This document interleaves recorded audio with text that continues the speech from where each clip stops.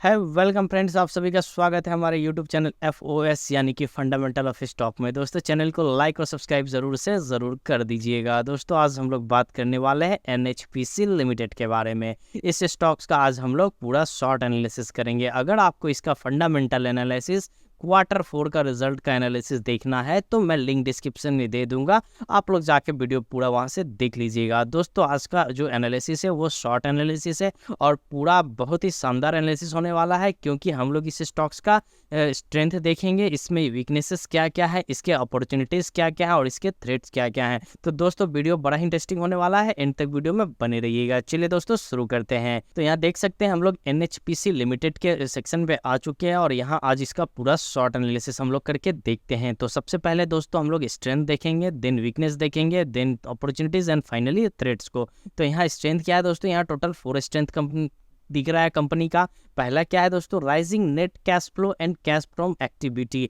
Company का net cash flow और cash from activity में एक लगातार ग्रोथ दिख रहा है। बुक वैल्यू पर share improving for last 2 year. पिछले 2 साल से इसका जो बुक वैल्यू है उसमें एक अच्छा खासा ग्रोथ बना हुआ है। Growth in net profit with increasing profit margin quarter on quarter. Profit margin के साथ साथ इसका जो नेट प्रॉफिट है उसमें भी एक ग्रोथ हो रहा है। वो क्या है, quarter on quarter. Company with zero promoter pledge. Company का किसी भी तरह का कोई प्लेज नहीं है जो कि कंपनी को अलग तरह से एक बूस्टअप दे रहा है। तो दोस्तों ये तो था सिर्फ 4 स्ट्रेंथ, बट यहाँ पर वीकनेस देख सकते हैं टोटल 7 है। तो हम लोग सातों वीकनेस को बढ़िया से एनालिसिस करते हैं और फिर डिसाइड करते हैं कि इसमें क्या किया जा सकता है हम लोगों को, जो ऑलरेडी इन्वेस्ट करके रखे हैं या फिर जो इन्वेस्ट करने वाले हैं। तो दोस्तों अभी हम लोग वीकनेस देखें तो पहला क्या है, promoter holding decrease by more than 2% quarter on quarter. Quarter on quarter basis पे प्रोमोटर का जो होल्डिंग है ना वो 2% से ज़्यादा कम कर दिया गया है, मतलब बेच दिया गया है प्रोमोटर्स का। Mutual fund decrease their share holding last quarter. पिछले क्वार्टर में म्यूचुअल फंड्स ने भी अपना जो स्टेक है वो कम किया था। D growth in revenue and profit. Profit और रेवेन्यू में भी डी ग्रोथ देखने को मिल रहा है शायद quarter on quarter. Fall in quarterly revenue and net profit year on year.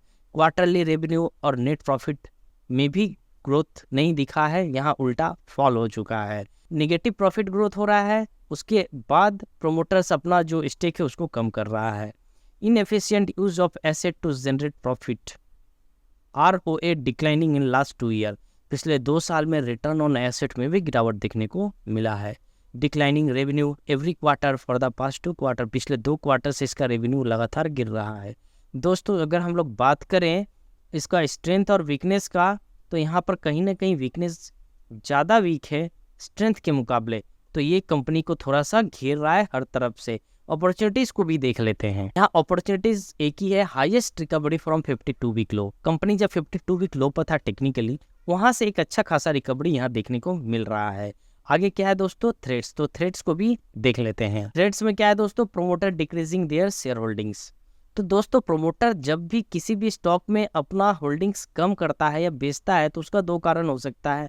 एक तो कंपनी पे खुद ही भरोसा नहीं है उसको अपने, दूसरा पैसा जनरेट कर रहा है कंपनी के एक्सपेंडेशन के लिए। इन चीज़ों को देखने के लिए आपको रिपोर्ट में जाके पढ़ना होगा, ठीक है। तो यहाँ पर क्या है, थ्रेड्स में भी यही दिख रहा है, वीकनेस में भी हम लोग को यही दिखा कि प्रोमोटर जो है लगातार अपना स्टेक जो है कम कर रहा है अपने कंपनी में। तो ये थोड़ा सा कंसर्न का विषय है, आप लोग को इस पर नज़र बना के रखना होगा। हाँ ये स्टॉक अच्छा है, इसमें 100% बाय हो रहा है अभी, लेकिन आपको इस पर इन वीकनेसेस को, इन थ्रेट्स को थोड़ा नज़र बना के रखना होगा। इसका क्वार्टरली रिजल्ट को फॉलो करना होगा, इसका ईयरली रिजल्ट को फॉलो करना होगा। कंपनी कब ग्रोथ, डी ग्रोथ से ग्रोथ की तरफ बढ़ रहा है। अगर कंपनी 1-2 क्वार्टर में अपना को रिकवर कर लेता है तो नो डाउट कंपनी अच्छा आगे भागेगा। अगर नहीं करता है तो हो सकता है टेक्निकली कंपनी जो है वो साइडवेज करता रहे। तो दोस्तों ये था आपका स्ट्रेंथ शॉर्ट एनालिसिस। चलिए हम लोग थोड़ा सा कम्युनिटी सेंटीमेंट को भी देख लेते हैं। तो गाइज हम लोग अगर NHPC का कम्युनिटी सेंटीमेंट को बात करें तो यहाँ देख सकते हैं, ये आपका कम्युनिटी सेंटीमेंट यहाँ दिखाया जा रहा है, जिसमें 100% लोग बोल रहे हैं कि इसको हम लोग को बाय करके चलना चाहिए। ठीक है, कोई बात नहीं है, जब एक कम्युनिटी के हिसाब से ये बाइंग जा रहा है। हम पहले भी बोले ये स्टॉक खराब नहीं है, स्टॉक बहुत ही अच्छा है, शानदार स्टॉक है आने वाले समय में, लेकिन टेम्पररी इसका जो कुछ फंडामेंटल डाटा है वो थोड़ा वीक है, कम है, खराब है। तो उस चीज़ पे थोड़ा नज़र बना के रखिए।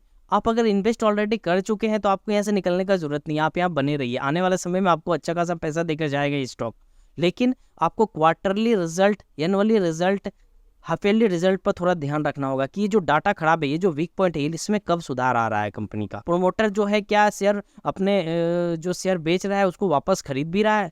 इन सब चीज़ों पे आपको थोड़ा आने वाले समय में ध्यान रखना होगा। तो चलिए दोस्तों, वीडियो अच्छा लगे तो लाइक और सब्सक्राइब कर दीजिएगा। मिलते हैं दूसरे स्टॉक में नए एनालिसिस के साथ। नमस्ते, जय हिंद, जय भारत।